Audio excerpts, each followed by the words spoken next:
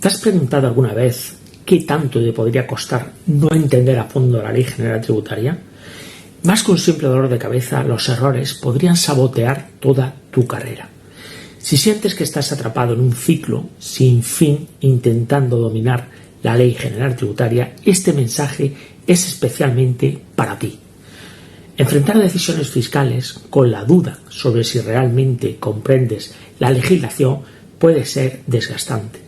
Esta incertidumbre no solo aumenta el riesgo de cometer errores graves y enfrentar sanciones, sino que también podría hacerte cuestionar tu capacidad para manejar tus responsabilidades profesionales. Con más de una década de experiencia en educación fiscal y legal, Inbarbel Formación hemos perfeccionado la manera de simplificar la Ley General Tributaria, para que profesionales como tú puedan superar estos retos de confianza. Nuestro curso está diseñado meticulosamente para hacer cada aspecto de esta ley crucial completamente comprensible.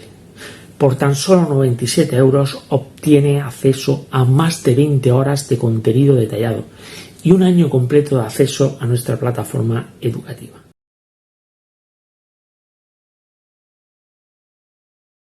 Bueno, vamos a meternos con el artículo 28, que tampoco es muy complejo. Dice el 28, recargos del periodo ejecutivo. Los recargos del periodo ejecutivo se devengarán en el inicio de dicho periodo, de acuerdo con lo establecido en el artículo 61. Ya sabéis que el artículo 161, ¿vale? Si yo presento una autoliquidación y no hago el ingreso, pues al día siguiente se inicia el periodo ejecutivo. Pues por ejemplo, en el caso que estamos, yo estoy presentando un IRPF del 2021. Pasa el 30 de junio. Me voy al 1 de julio y hago mi declaración. Me sale a pagar 100 € y no hago el ingreso. Por lo tanto, el día 2 de julio entraría en periodo ejecutivo por el artículo 161.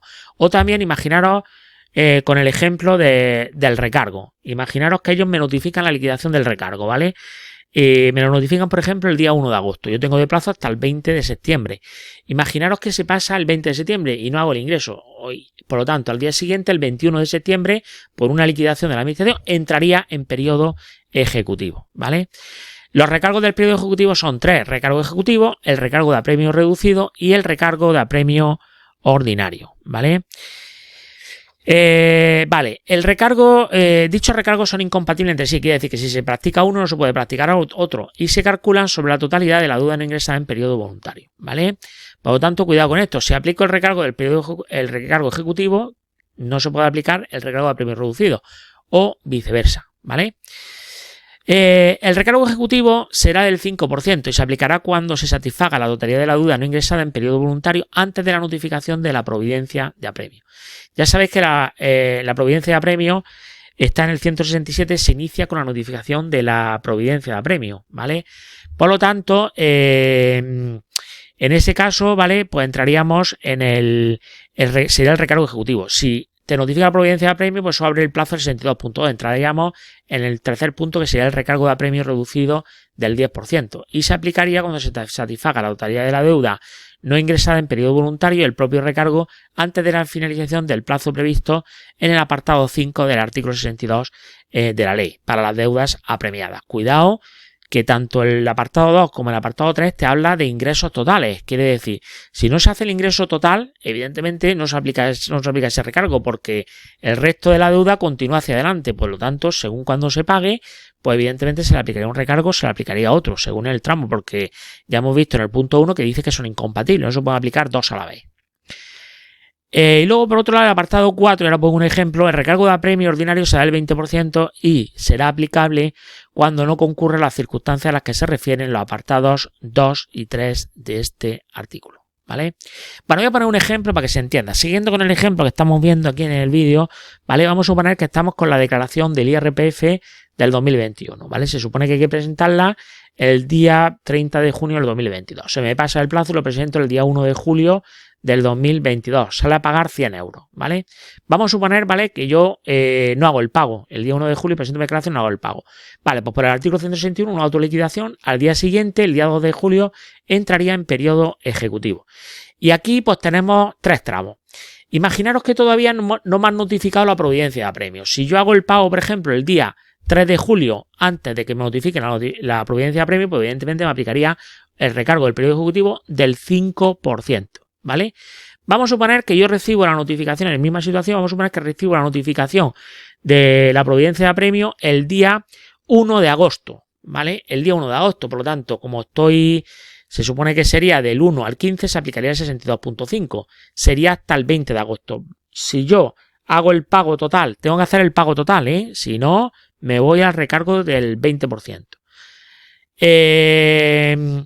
Si yo en ese periodo, ¿vale? Si hago el pago dentro con la notificación de la providencia de apremio, ahí te notifican también el importe, te avisan también de que si no pagas, pues evidentemente se pasaría el 62.5 y ya pues te pueden embargar en cualquier momento.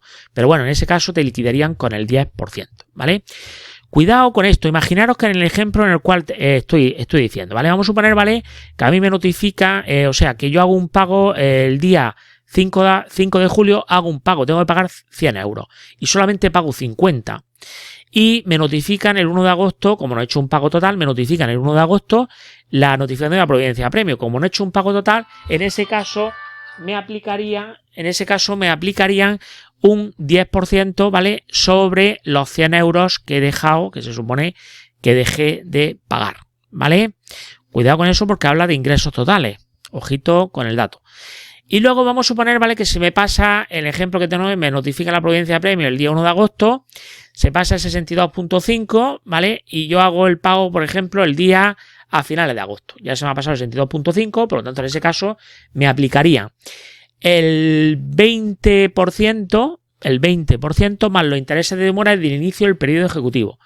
¿Cuándo se supone que se inició el periodo ejecutivo en el ejemplo que estoy poniendo? Pues si yo he presentado la declaración el 1 de julio del 2022 y no he hecho el pago, pues evidentemente por el artículo 61, el día 2 de julio del 2022 entraría en periodo ejecutivo. Por lo tanto, me liquidarían intereses de demora a partir del 2 de julio. ¿Vale? Bueno, pues con esto tenéis un ejemplo también del recargo del periodo ejecutivo. Hay que diferenciar los tres tramos. Antes de la notificación de la providencia de apremio, que se aplicaría el recargo ejecutivo al 5%, entre la notificación de la providencia de apremio el 62.5, que se aplicaría el 10%, y después del 62.5, que se aplicaría un 20% más intereses de demora.